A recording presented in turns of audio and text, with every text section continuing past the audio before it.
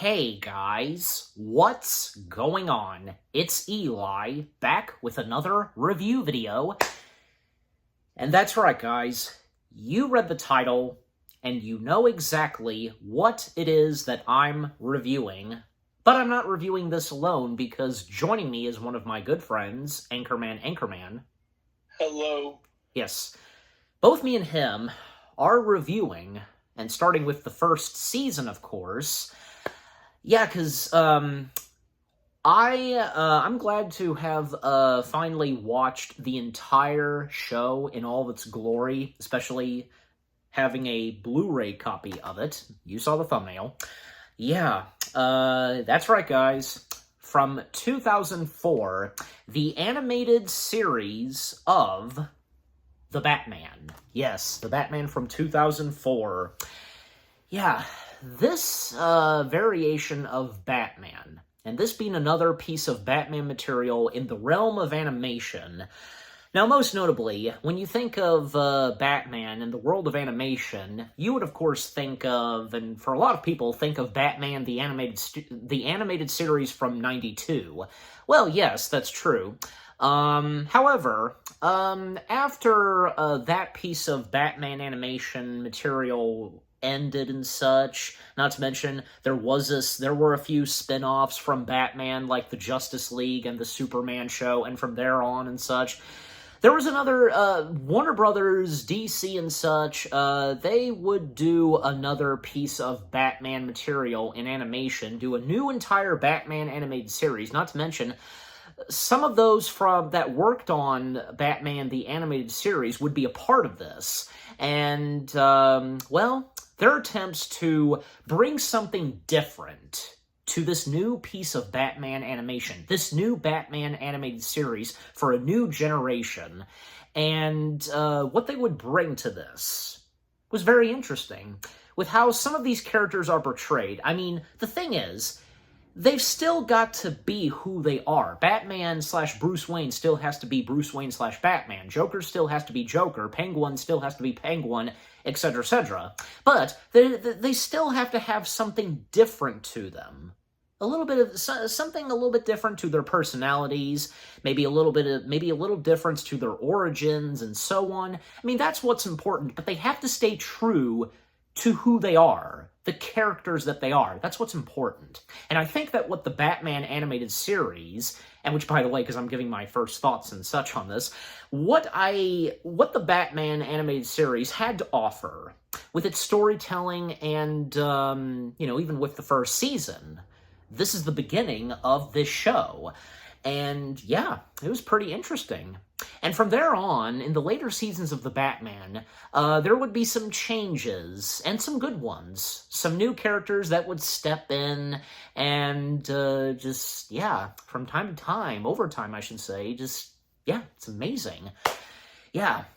Again, I'm glad to have finally watched The Batman entirely, getting a Blu-ray copy of it, watching it from season 1 to 5, and, yeah. Now, technically, I've seen this show before, technically, and, I remember, now originally, because it was on WB Kids, but then it moved its way to Cartoon Network. I remember seeing maybe 1 or 2 episodes on Cartoon Network. I do remember which one it was that I most notably remember seeing and watching a little bit of.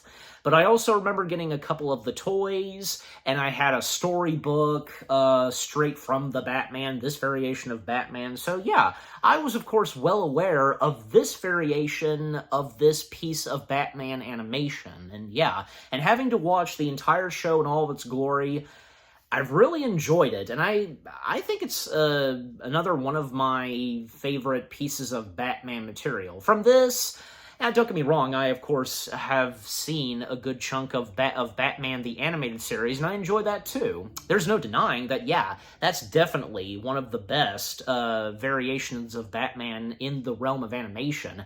I also, another one of my favorite pieces of Batman material, the Tim Burton Batman films, the 60s Batman, need I go on, yeah.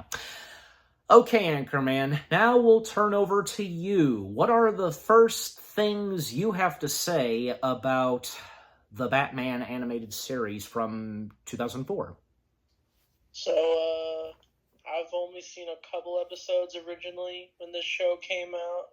Like, I had, like, this little, mini TV thing where you could put, like, a disc in, and you get to watch a cartoon. I had, and one of them was the Batman cartoon, and I loved that version of Batman. But it wasn't until I finally got, like, a DVD of the show, and I watched the first season, and I really loved it for how different it was and how colorful the character designs were of the Batman. And until I finally found it on Netflix, I finally watched the entire show not that long ago, and I reviewed the show on my channel, and I've also gotten the other DVDs of this show, and for a while I've had the Batman vs. Dracula DVD, and I've really fallen in love with this version of Batman.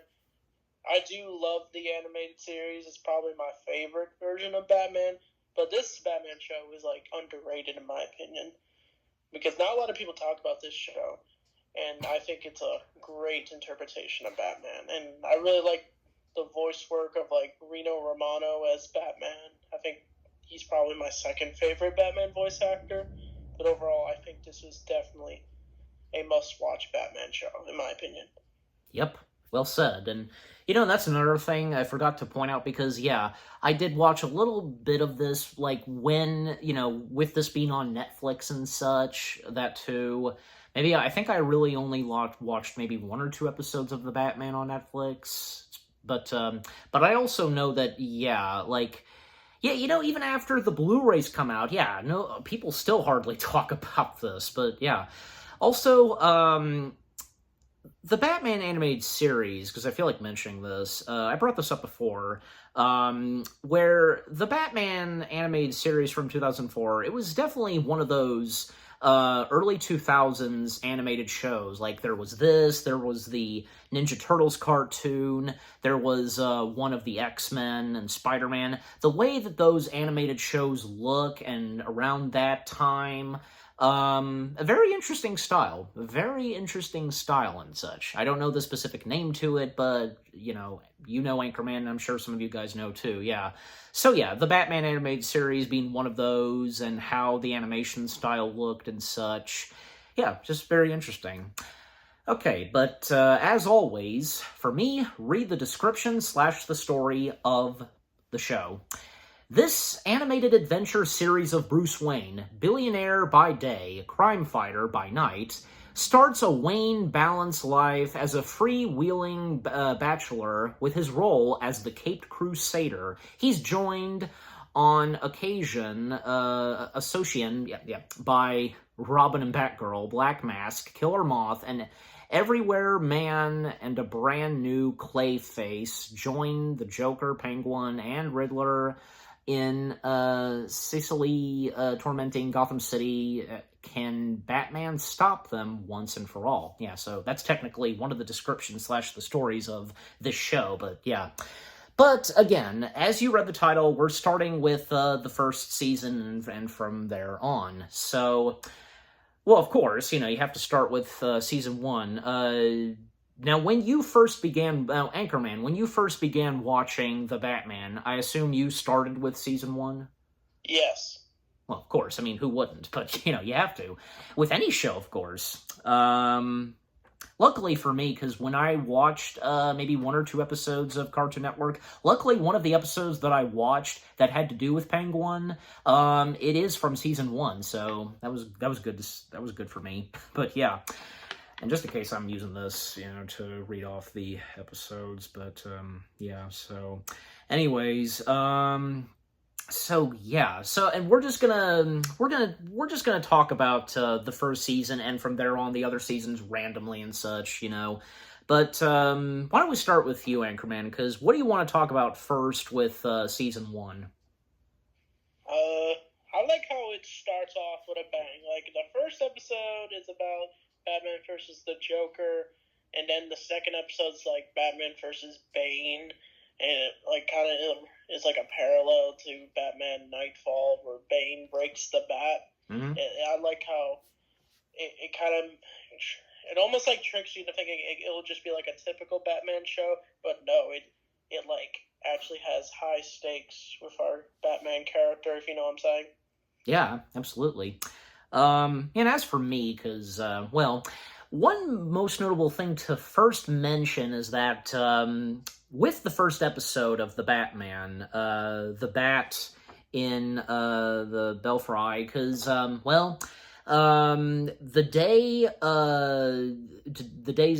the day, the anniversary of when the Caped Crusader / the Dark Knight began. Alfred has a birthday cake for Bruce / Batman, because marking 3 years since the Batman was born. And yeah, technically, because the start of this show takes place on the 3rd year that the Batman has emerged in Gotham City and protecting all in Gotham City and such. Yeah. And to name some of the characters, like, you know, obviously, as you mentioned, Anchorman, because Rino Morano as Bruce Wayne / Batman.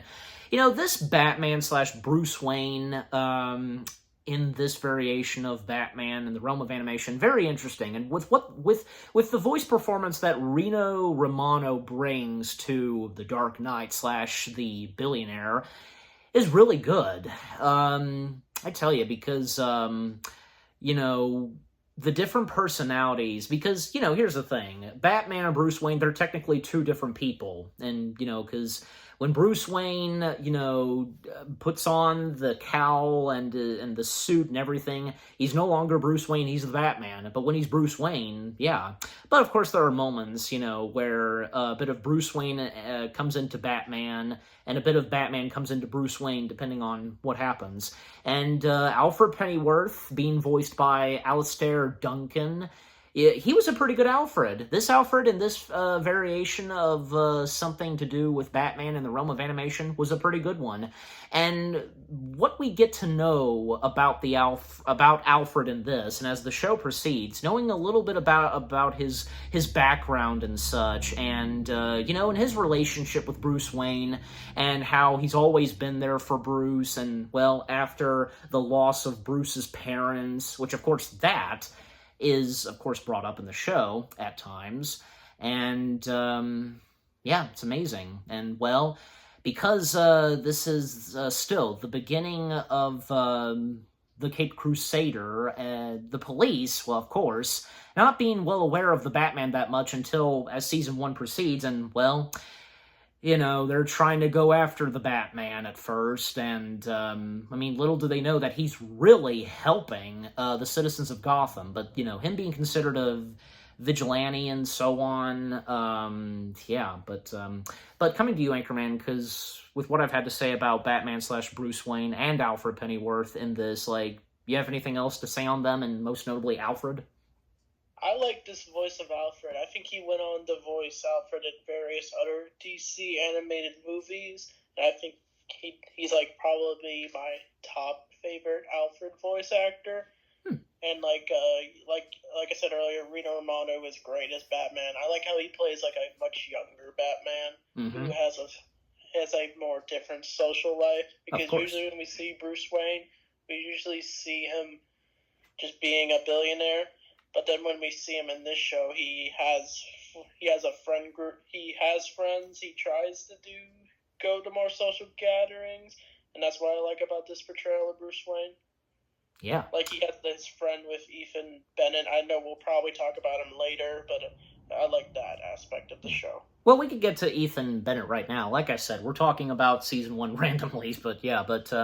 Detective Ethan Bennett was a pretty interesting character. Detective Ethan Bennett, a black detective policeman and such, being voiced by Steve Harris.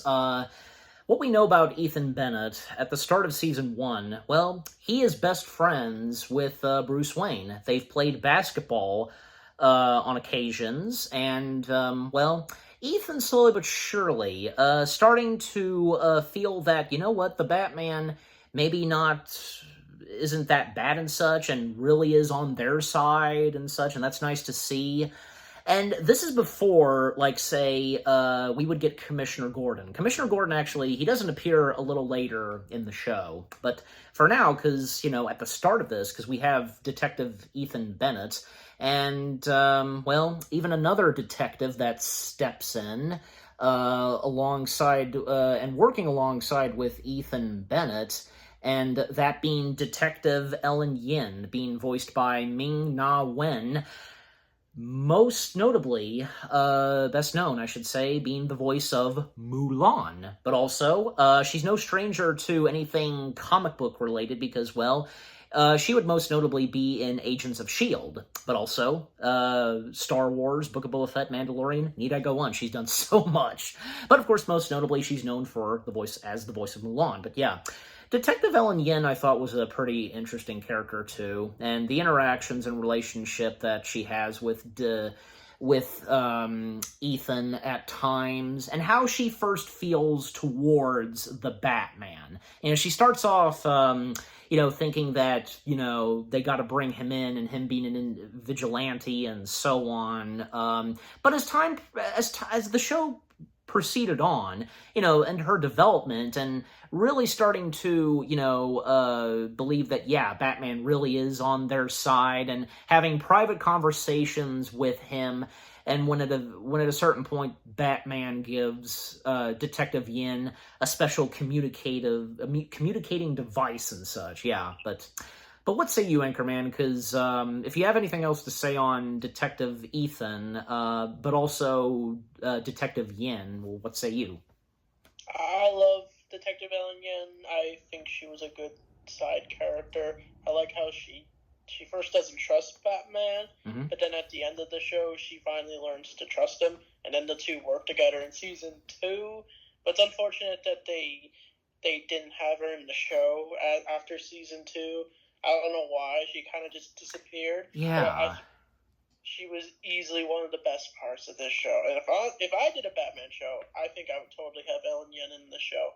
But as for Ethan Bennett, he reminds me of Two-Face, like Harvey Dent before he becomes Two-Face, because apparently Two-Face was not allowed to be in this show because of the Dark Knight trilogy at the time. It was a weird reason, but like his story is kind of like Harvey Dent, where keep in mind, I don't mean to cut you off, but keep in mind, and that's another thing, too, because I wanted to mention this, and thank you for reminding me, because, keep in mind, the Batman, it came just a year before Batman Begins, and actually, I've watched a bit of behind the scenes of the show on Blu-ray with the bonus features, and they stated that, around the time that this show was in development, Christopher Nolan, he was planning on doing a Batman movie, so around the same time, and, the people that were developing the Batman series,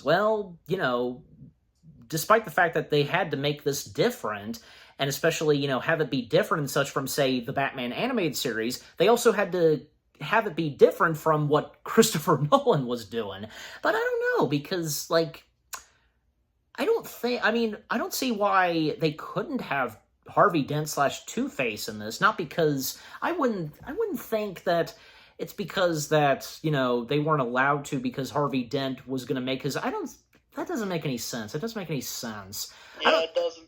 Yeah, but I just, it's a shame that, we pretty much got almost all of the well-known enemies of Batman. But the biggest one that's missing is Harvey Dent / Two-Face, most notably Two-Face, because, And they also didn't allow Ra's al Ghul, or I think also, I almost forgot about it. Yes, I can't believe I didn't think about them. You know who else they did? You know who else was not in the Batman? The Mad Hatter. That's another big one. Yeah. Yeah, so I heard it was also because of the Nolan trilogy, but that doesn't make sense because the Mad Hatter didn't show up at all. And you know what the funny thing is that the Batman kept going even up to say 2008, and that being the same year when we would get Joker in The Dark Knight. So it just it doesn't make any sense. And there was nothing wrong, and they could have fit so well. We could have easily had, say, Two-Face, Ra's al Ghul, Scarecrow, and even Mad Hatter make appearances. Could you imagine how their designs and personalities would be in the Batman? Oh, man, especially Two-Face. Oh, my gosh. You can imagine how Two-Face would look in this piece of Batman animation, and whom they would get to voice some of those characters. That would have been amazing. But yeah. It's how it is, and yeah, it is what it is for the show. But I mean, it's not that I want to make a huge deal that we don't have, say, like Harvey Dent / Two-Face, Ra's al Ghul, and so on. We never had them in the Batman. It's not like I want to make a big deal about it. It's a shame, but the Batman still worked out, even not having some of those other well-known villains in there. So yeah, I agree. Yeah, but anyways, but yeah, and to talk about some other episodes, for me, because I think one of my favorite episodes from Season 1 would probably have to be the second episode, which being Call of the Cobblepot. And I don't know about you, because, look, no hard feelings towards the Clown Prince of Crime. How can you not love the Clown Prince of Crime? Of course I love the Clown Prince of Crime himself, Joker. Of course I love the Joker. He's one of my top favorite Batman villains. How can he not be?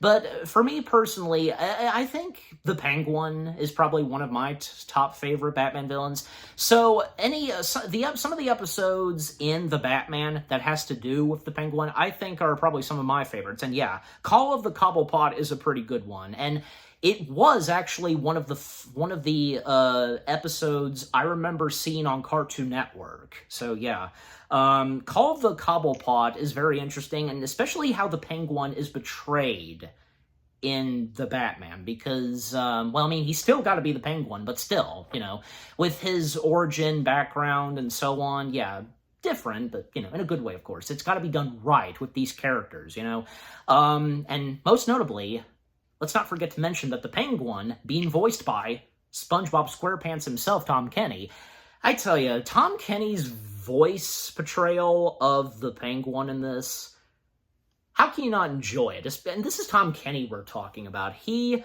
really did a spot-on job with what he brought to the voice performance of the Penguin. And the Penguin, just how he's portrayed in this, yeah, because, well, his family were billionaires like the Wayne family, and by this point, the Penguin's all that's left of the Cobblepots, pretty much, and he doesn't have what the Wayne family has, only Bruce Wayne, and the Penguin has a hatred for Bruce Wayne more than, say, the Batman, and, not to mention, we learned from Alfred Pennyworth that, most notably, his grandfather used to be a butler to the Cobblepots. And the Cobblepots, according to Alfred, they treated his grandfather like a dog. So it shows that, yeah, and pardon my French, that the Cobblepots were billionaire assholes, pretty much. Unlike, say, the Wayne family. Yeah, the Wayne family was a very caring, helpful, billionaire family and such. We know this. But, yeah, the Cobblepots, totally not. But, yeah.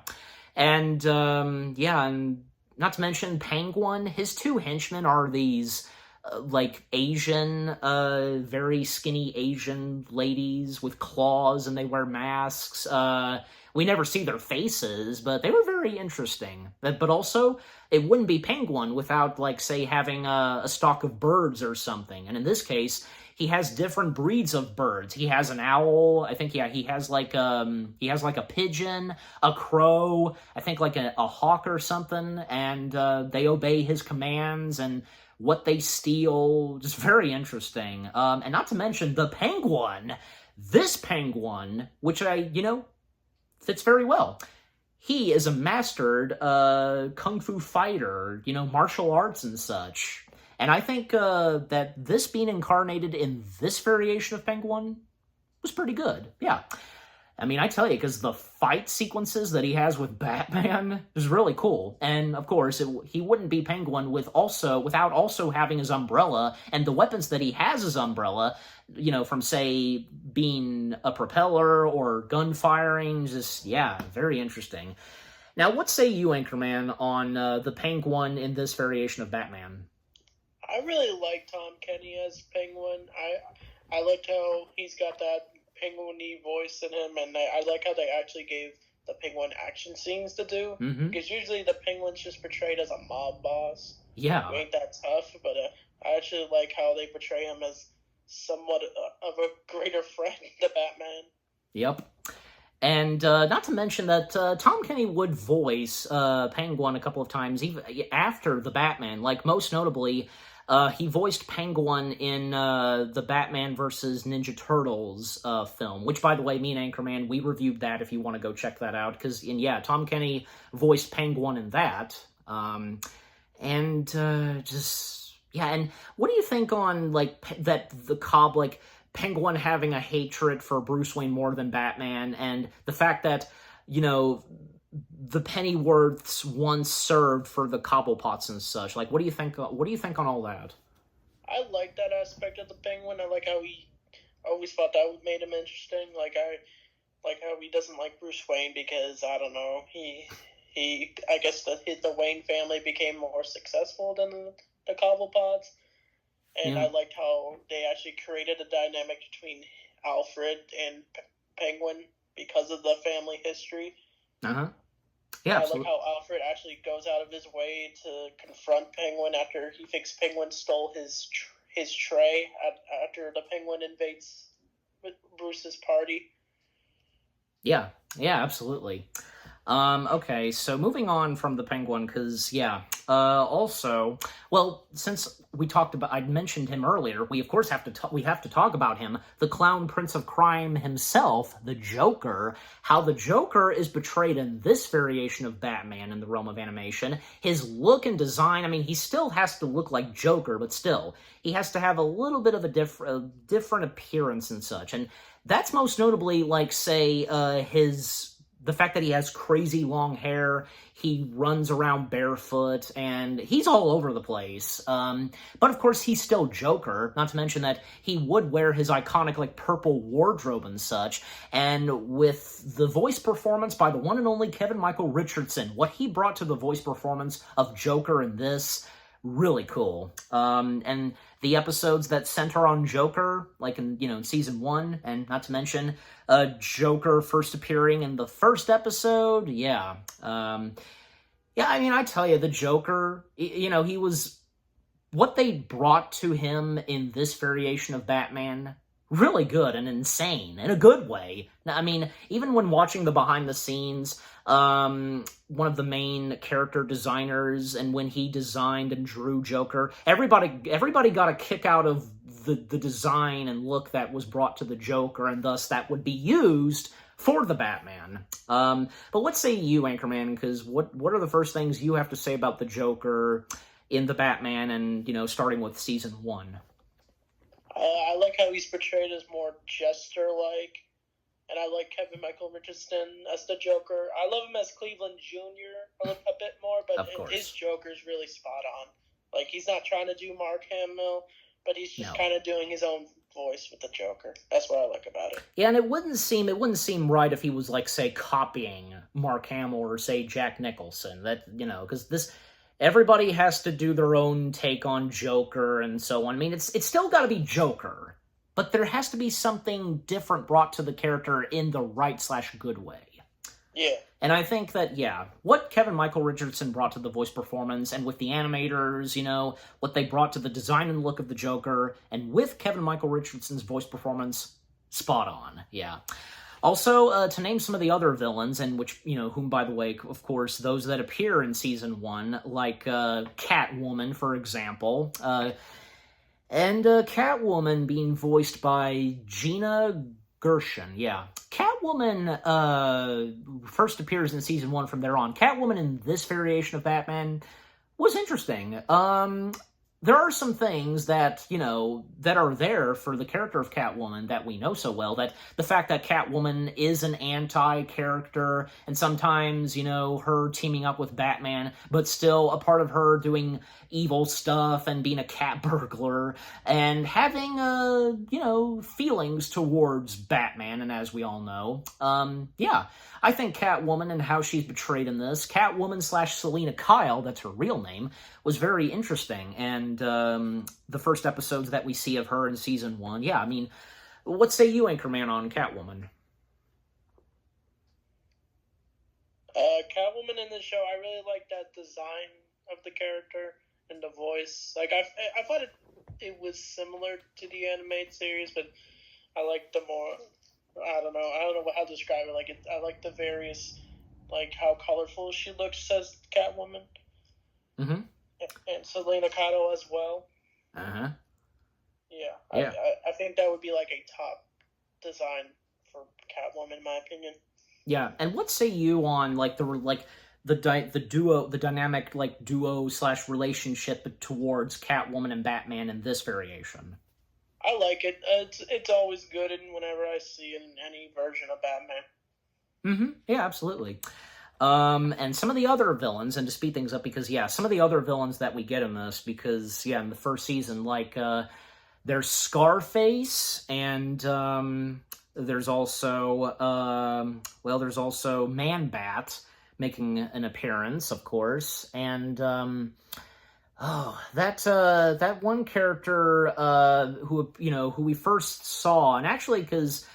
The thing is, and this isn't the first time that a Batman show has done this, where we would sometimes get villains that would only have, like, say, one episode. And one of them being from an episode, Q&A. Do you remember which villain that was, Anchorman? Clue Master. Clue Master, thank you. Yeah, his name almost slipped out of my head, yeah. Clue Master, this big, heavy, fat guy, whom, when he was a boy, he lost to a game show, and is seeking revenge on two big guys that ran that game show, and this girl who won this game show, this quiz show and such. What's, because, I don't know, because Clue Master, he's very interesting. I'm sure as though, because, coming straight from the comics, of course, but, what say you on Clue Master, Anchorman? He's a more obscure Batman villain. I was never really familiar with him until I saw him in this show. I like how he's on this urge to get revenge on his old game show people he competed with. Yeah. I like how in the show Batman literally asks him name the true identity of the Batman. And and then the Clue Master immediately rejects it. Like, he does not want to answer that question. Yeah, and some of the voice cast members in this, like, I don't know how I didn't recognize his voice. The Clue Master being voiced by the late, good old Glenn Shaddix. He would be best known for being in a couple of Tim Burton projects. Like being the voice of the mayor of Halloween Town in Nightmare Before Christmas, being in Planet of the Apes, and most notably Beetlejuice. Yeah. So it was really cool that he got to be in something Batman. And, because his voice performance as the Clue Master was pretty good. There was also Bert and Ross, who were part of that game show. Bert was voiced by Udo Kier, and I recognized his voice. Oh, yeah, he's definitely one of those that, you would recognize that voice instantly.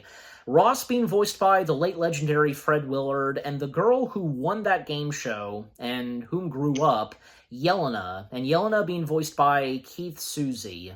She's a big-time voice actress. I remember her most notably for being one of the many voices of Kanga from the Winnie the Pooh films. But more than that, of course. Yeah, I've seen, I've heard her voice in more than just, say, Winnie the Pooh, but yeah. But yeah, that episode was pretty interesting, and not to mention that even Clue Master's mother, cannot forget to mention her because I recognize her. I'm pretty sure I did recognize her voice, yeah. Clue Master's mother, Mrs. Brown, being voiced by Edie McClurg, yeah. She's done a lot of voice work too, and live-action films that she's done, well, most notably being in two John Hughes classics, Planes, Trains, and Automobiles, and Ferris Bueller's Day Off, so yeah.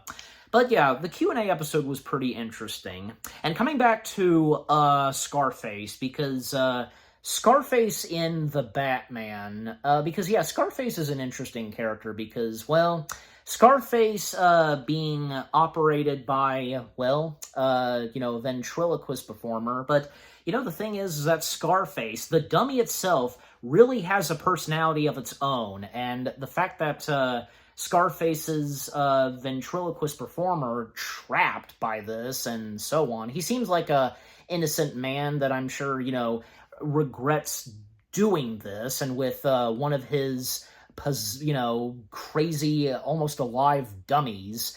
Do you remember what's the name of Scarface's ventriloquist operator, performer? I think his name is Arnold Wexler. Okay.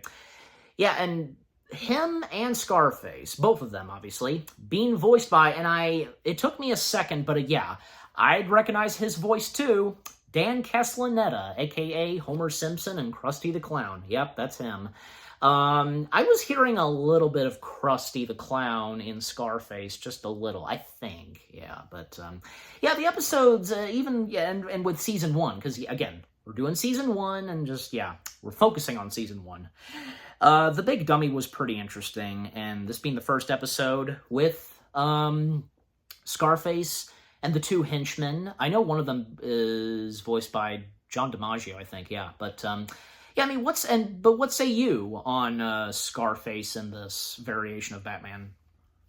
He's always been a creepy character, in my opinion, but I think in the show, I don't know if it's in this season or the next, but Batman has to fight a giant version of Scarface. Maybe. I think it is in this episode. I think it is. Yeah, because hence the title, The Big Dummy.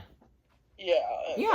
That was I wasn't expecting that, because usually if it is a story with the ventriloquist and Scarface, it's usually just a gangster story.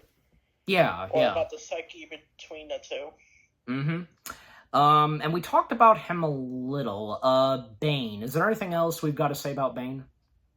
He looks wildly different in this show. Instead of how he looks in the comics, he turns into a giant red blob of Bane. I don't know what to call it. Well, he's using.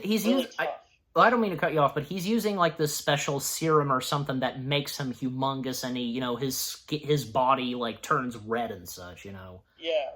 Instead of being green in the comics, it's yellow. When he turned on the thing. And it's sad that this is the only Bane-centered episode of the entire show. Yeah, you're right. If I remember correctly, Bane being voiced by Ron Perlman. It was nice to have Ron Perlman be a part of this, as he was a part of the Batman animated series voicing Clayface. So nice to see that he would once again voice giant Batman enemies, giants and such, monsters. Yeah. One of them being Bane, and the other one that he voices most notably is Killer Croc. Yeah, that's like later in the show. That's right. Yeah, thank you for reminding me. Also,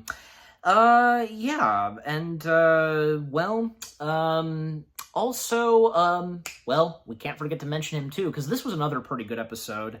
The Big Chill. This was the debut of Mr. Freeze, and Mr. Freeze in this variation of Batman, very interesting. But you know what? I think what he brought to the voice performance in this variation of Batman, he was good. Clancy Brown. Yes, Clancy Brown, who most notably being the voice of Lex Luthor for a good chunk of Superman animated material, most notably the Superman animated series.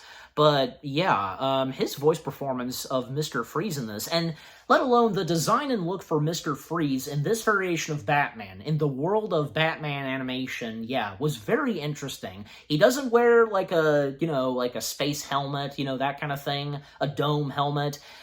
How he keeps his face covered and such, well, by making a block of ice to, protect his head and so on. The type of freezing suit that he has, and he's able to unleash frost and such from his hands with the equipment he has in his suit. Very interesting. And there are a few times where we would see his face. And also, we know most notably from the character of Mr. Freeze, and going by his real name, Dr. Victor Freeze, the whole thing of him trying to find a cure for his diseased wife, and, him keeping his wife alive in a tube. Well, we don't get any of that in the show.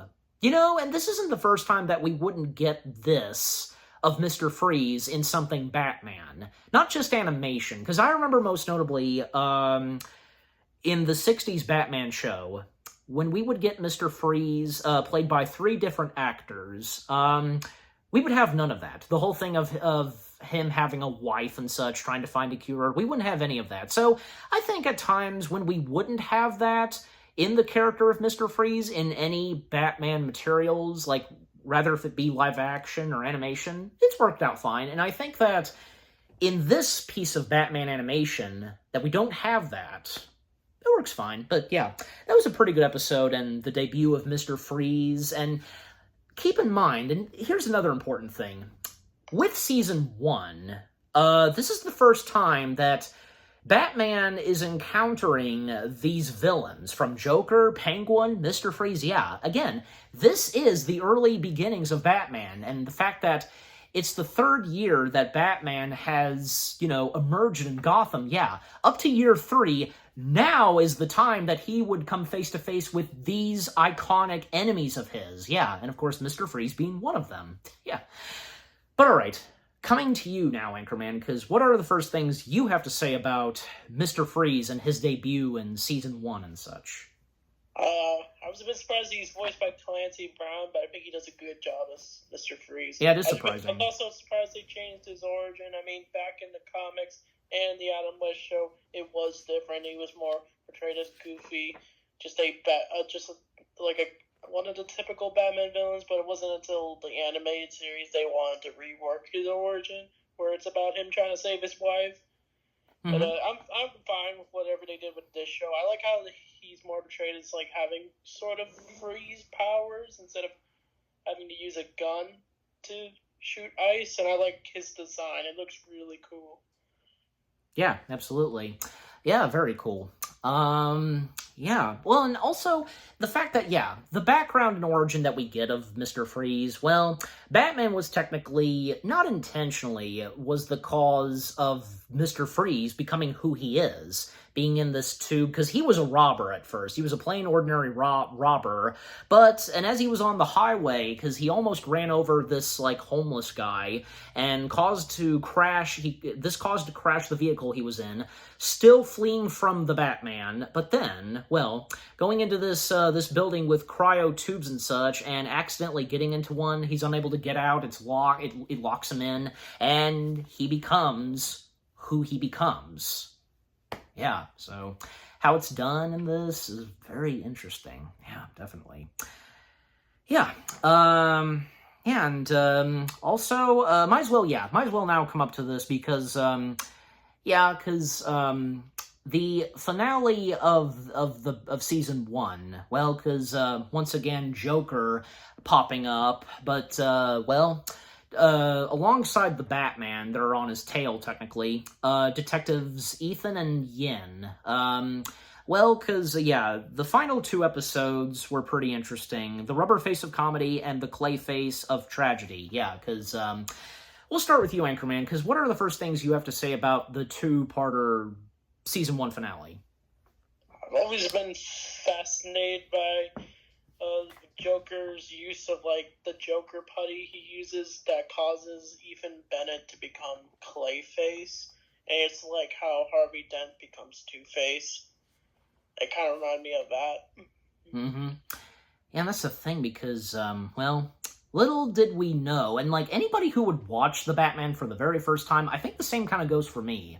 I don't think I was fully aware of this until I did watch the show itself. Ethan would become Clayface with the aid of Joker. This gas and such, that's unleashed accidentally, and this causes Ethan to have a bad cough, and it starts to mess him up. But what this does to him, and when he's back in his apartment, looking himself in the mirror in his bathroom, his face starts to melt and just so on, and that's when he would become Clayface. And that was pretty interesting, and everybody freaking out at the first sight of him and trying to assure, even when he comes face to face with those that he knows, he's trying to communicate and talk with them, but they don't really understand, him and how he's talking, and just, very tragic for Ethan. And this would for a while make him go on a rampage and, be blinded by being evil and such. But also, as the show would proceed, and when we would see Ethan some more, now Clayface, well, him seeking revenge on Joker, and even when, like, say, Batman, Detective Yin, as well as Bruce Wayne, they tried to help out Ethan and try to get him to snap out of it. But sadly, and even by, the final episode of Season 1, sadly, no luck, but yeah. But is there anything else, like, you want to comment on that, Anchorman? With the, with Clayface and everything, and with what I said, just, It was very sad when Ethan became the villain because, like, Ethan and Bruce were such good friends, and, I forget what I was going to say, but, like, I forgot to say, like, Bruce almost ended up telling Ethan that he was Batman, but he never got a chance to, and I thought that was interesting, but it ended up not happening.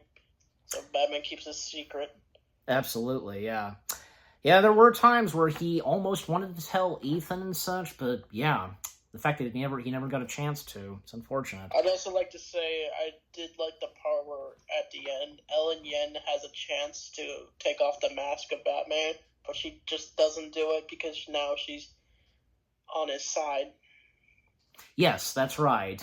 When she realizes that, the Batman seems to be trustworthy. And of course she's right, yeah. Yeah.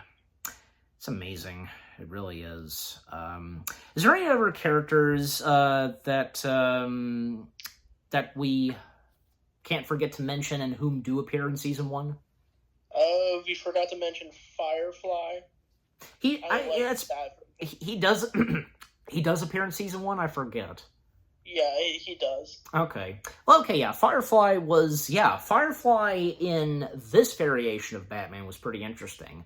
And Firefly, being voiced by good old James Marsden, a.k.a. the voice of Max Goof, but done a lot more than that. Like, I also know him best, and for you Disney fanatics like me, not just Max Goof, but also the voice of Kovu in Lion King 2. He was also the voice of Zachary Binks's cat form in Hocus Pocus, and done a lot more voice work and such, not to mention the on-screen acting he's done. Like, I don't know if you know this, Anchorman, because I'm probably one of those very few people that know about this, where James Marsden was a part of this funny biopic movie, I guess you can put at it, where he portrayed young Burt Ward in Return to the Batcave, if you're aware of that. Interesting. Yeah, it's true. It's true. Look it up, guys. I'm not joking. But yeah, and I think James Marsden's portrayal of young Burt Ward in that was pretty good. Yeah, I think he pulled off, portraying young Burt Ward, and I think the look and such, not really accurate looking to Burt Ward, but still, not bad. But yeah, James Marsden's voice performance of Firefly and the Batman was pretty interesting, and the beginnings of Firefly, because Firefly was very interesting in the episodes that he had, and it's unfortunate what would happen to him very later on, but we're not going to get to that just yet, because that's very later on in the show, but until we talk about that. Firefly, not to mention that Firefly would have been, like, say, the main antagonist of the, canceled Batgirl film. Yeah, Brendan Fraser portraying Firefly in that. But yeah, Firefly in this variation of Batman was interesting, and well, because flying like a Firefly, his suit and helmet almost, resembling the Firefly, and shooting flames, and the personality that he has, and we would sometimes see him unmasked. And again, James Marsden's voice performance, really good. But what say you, Anchorman, on Firefly in this variation of Batman? I like his design. I like the yellow and black.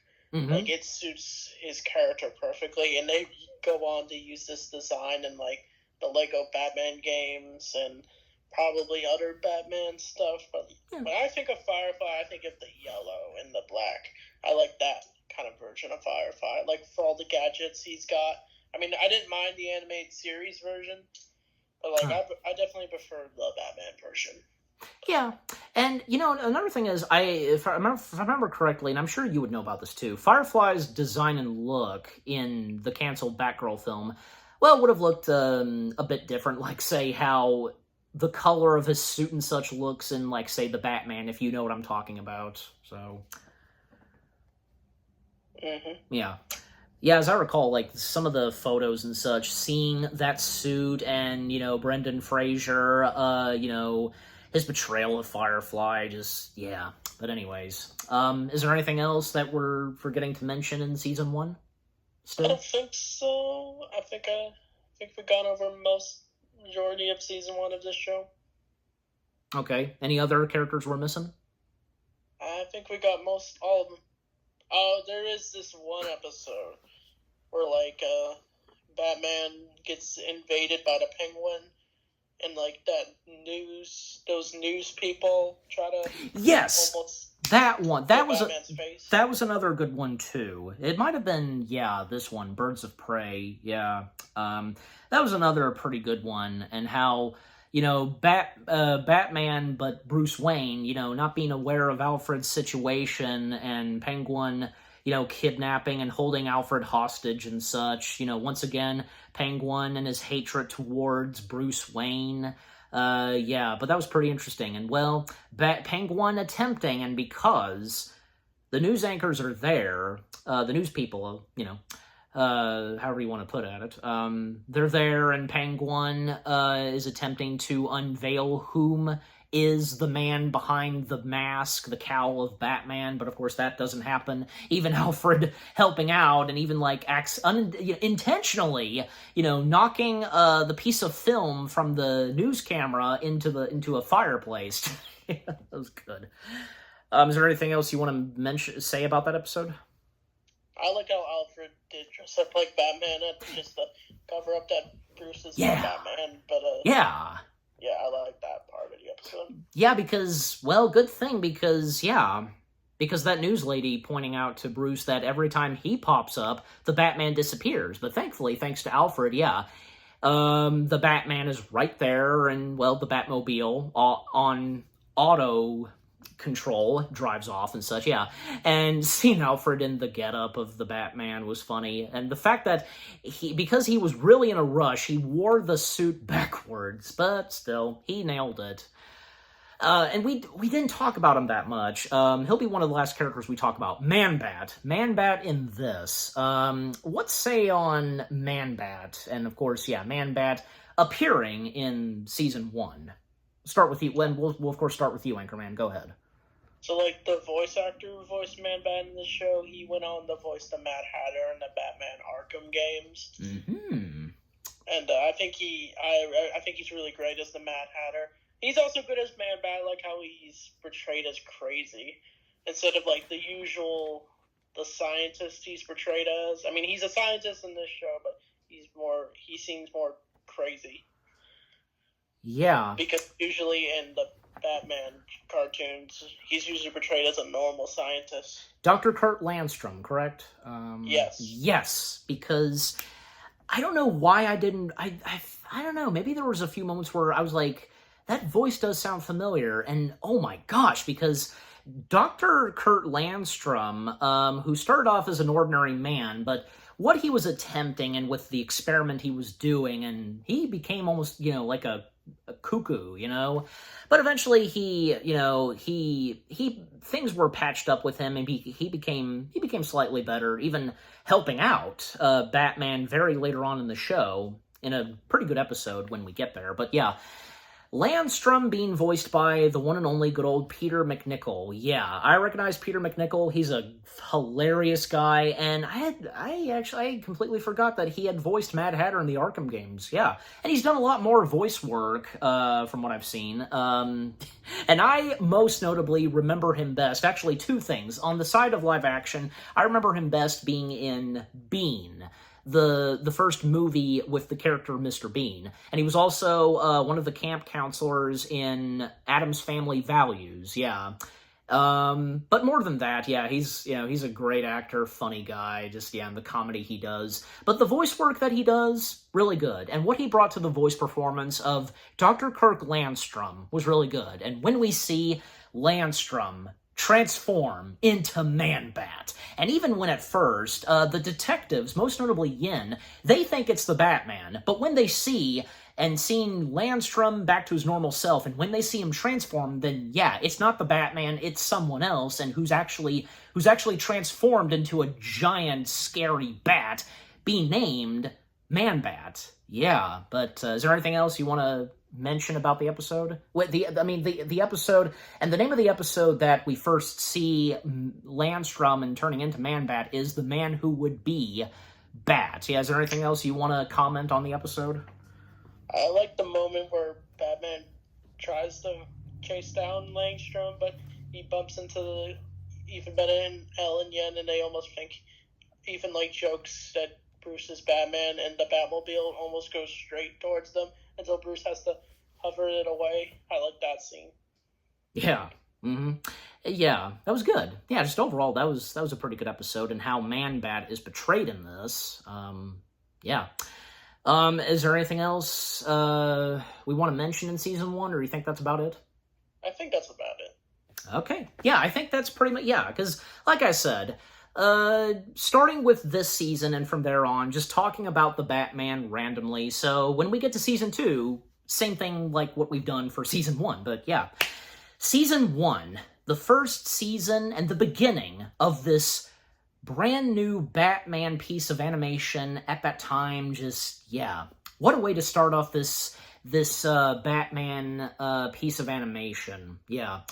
The stories and episodes that the first season had to offer, and this being the beginning of the Batman, and, well, the time and setting of season 1, and with the first episode, up to 3 years when the Batman first emerged in Gotham City, and the villains that he would come face-to-face with for the first time, and from there on, and, well, with other villains that he would, for the first time, come face-to-face with in the later seasons, like, well, whom else would show up in season 2? Oh, yeah. How the characters that we first see in season 1, how they're portrayed, knowing who they are and their personalities and their background origins and such, the action fighting sequences, the mysteries, and, when Batman's cover is almost blown, and what the villains are doing here and there. Like, what more do I have to say? Both of us, fantastic. Season 1 was a good start. And we'll now come to you, Anchorman. Your final thoughts and results on the first season of The Batman. I think it's a great, strong first season with awesome, colorful animation. And Reno Romano's, like I said a million times, he's great as Batman. Oh, yeah. And he's great as the show goes on, as he matures, as he goes on to be Batman. And overall, I think this show has this awesome voice cast. A lot of celebrity voice cast, too. But overall, I think this is definitely a Batman show that needs to be talked about more. And this is definitely a strong first season. Yeah, another thing is, there really hadn't been any variation of Batman, let alone in the realm of animation, like this one, don't you think? Yeah, it's definitely different for sure. I mean, that goes for any other piece of Batman material, right? Just, yeah. But, yeah. Overall, the first season of The Batman, this was the beginning / the start of this piece of Batman animation. Yeah. What a way to start this off. And, and how we rate season 1, how do you rate it? We'll start with you, Anchorman. How do you rate it? I'd probably give it a 9 or a 10 out of 10. I know it seems high, but I actually really do enjoy this first season. Yeah, the same goes for me. Yeah, it's on my mind. I too am giving this. You're on the same page as me. I know you. What is it officially for you? 9 out of 10, 10 out of 10? Probably a 10. Okay, you know what? Yeah, why not? Me too, because I really enjoyed the first season. For me, 10 out of 10 as well. For both me and Anchorman, we give the first season of The Batman 10 out of 10 stars. And what about you guys? What did you think of the first season of The Batman itself? Any of you that grew up watching this piece of Batman animation material, do you remember when it first debuted? Like, you know, if any of you grew up watching WB Kids, or if you saw this when it later came on Cartoon Network, did you ever have any DVD copies? Did you get the toys? Comics of this Batman variation? Yeah, obviously there were those. Or storybooks, like me, I had one. You know, and did you get a Blu-ray copy of the entire show as well? Yeah. Again, just, you know, on season 1, what do you think of the first season itself? Which are some of your favorite episodes? Your favorite characters that first appeared in season 1? How they're portrayed and how they're done in this variation of Batman, and this being animation? Yeah, just overall, what do you think of the first season of The Batman itself, and with what me and Anchorman have had to say talking about the first season and us reviewing it? And yeah, what did you think of our review? Leave comments and give this review video a like, as always. And so, with all that being said, thank you very much for watching. We hope you guys enjoyed our review of the first season of The Batman. More review videos are coming your way. They're going to be awesome. Keep looking forward, and we will see you guys in the next video / review. And it was a pleasure to have you for this, Anchorman, and I look forward for us to continue reviewing the show. Yeah, thank you for having me on. I definitely had fun talking about this show. Yep, absolutely. Yep, so, and any last words? Say goodbye. Farewell.